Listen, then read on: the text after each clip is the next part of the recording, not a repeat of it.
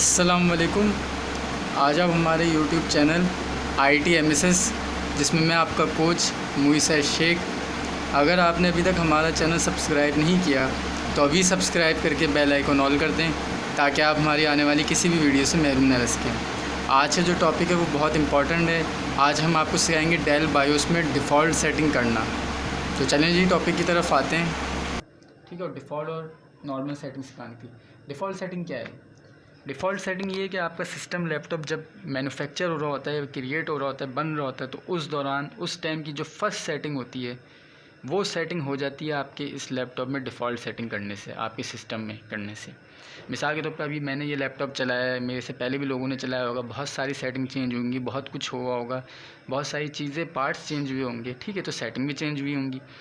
अब अगर मैं इसको डिफ़ॉल्ट सेटिंग पे करता हूँ तो इसकी वापस वही वाली सेटिंग हो जाएगी जो इसकी मैन्युफैक्चरिंग के टाइम हुई थी, जो इसकी क्रिएटिंग के टाइम हुई थी, जब ये बना था, जब ये वजूद में आया था। ठीक है, किसी को अगर बायोस सेटिंग नहीं आती तो आसान अल्फाज में वो डिफ़ॉल्ट सेटिंग पे क्लिक कर दे तो बायोस बिल्कुल सेट हो जाएगी।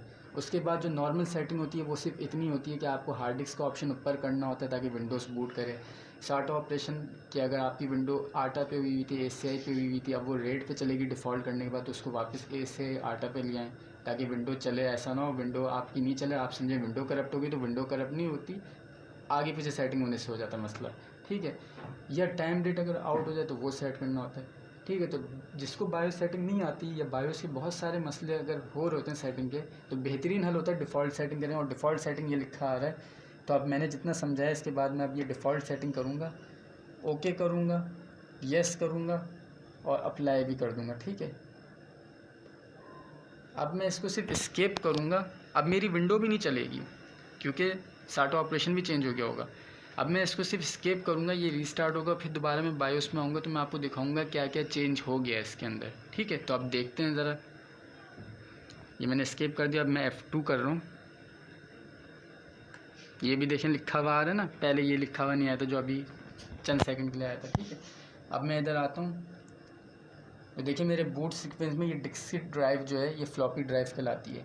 पहले इस पर टिक ही नहीं लगी हुई थी, अब इस पर टिक भी लग गई, ये ऊपर हो गई, हार्ड डिस्क नीचे चले गए। और हार्ड डिस्क भी नीचे, सिर्फ नीचे ही नहीं गई बल्कि उसके आगे IRRT वाला ऑप्शन ऐड हो गया, मतलब स्टार्ट ऑपरेशन भी चेंज हो गया। ठीक है, तो अब मैंने नॉर्मल सेटिंग क्या करनी डिफ़ॉल्ट के बाद कि मैंने ये फ्लॉपी डिस्क से टिक हटाना है, मैंने इस हार्ड डिस्क को ऊपर लाना है ताकि मेरी विंडो भी चले। ठीक है, और फिर मैंने अप्लाई करना है।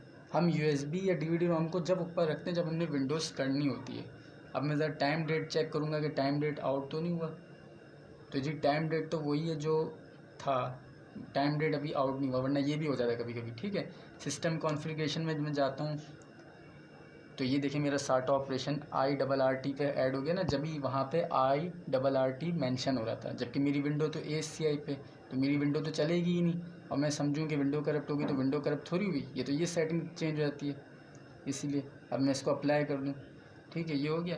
अब इसी तरह मैं वीडियो में जाऊँ, मेरे लैपटॉप की ब्राइटनेस मुझे कम लग रही है डिफ़ॉल्ट सेटिंग करने के बाद, तो ज़रा उसको भी देख लूँ। तो देखें क्यों नहीं कम लग रही है, क्योंकि पहले मेरी ये फुल थी, अब ये हाफ़ पे आ गई, तो कम तो लगेगी। अब मैं इसको फुल कर रहा हूँ तो देखें ब्राइटनेस मेरी इन्हेंस हो रही है, बढ़ रही है। ठीक है, अब मैं इसको अप्लाई कर दूँगा। तो डिफ़ॉल्ट सेटिंग करने के बाद मुझे जो नॉर्मल सेटिंग करनी पड़ी वो क्या करनी पड़ी, स्टार्ट ऑपरेशन को देखना पड़ा जिससे मेरी विंडोज़ की सेटिंग थी, बूट सीक्वेंस को देखना पड़ा। ठीक है, साथ साथ आपकी मैंने अपनी ये ब्राइटनेस वगैरह वाली सेटिंग देखी। ठीक है, और अब वापस मेरी सेटिंग वैसी हो गई जिस सेटिंग पर मेरी विंडोज़ और सारी चीज़ें चल रही थी।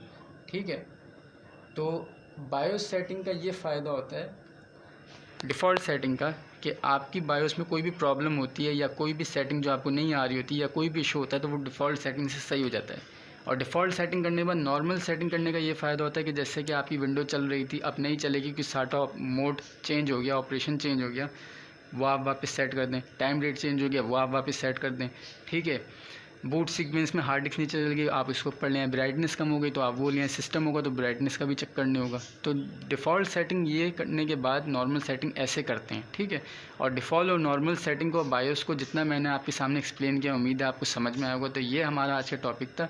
अब हम आहिस्ता आहिस्ता स्टार्ट ऑपरेशन पे भी ख़ास तौर पे वीडियो बनाएंगे, बूट सीक्वेंस पे भी बनाएंगे और अदर सेटिंग पे भी बनाएंगे, तो और बायोस अपडेट करना भी सिखाएंगे। तो ये हमारा आज का टॉपिक था।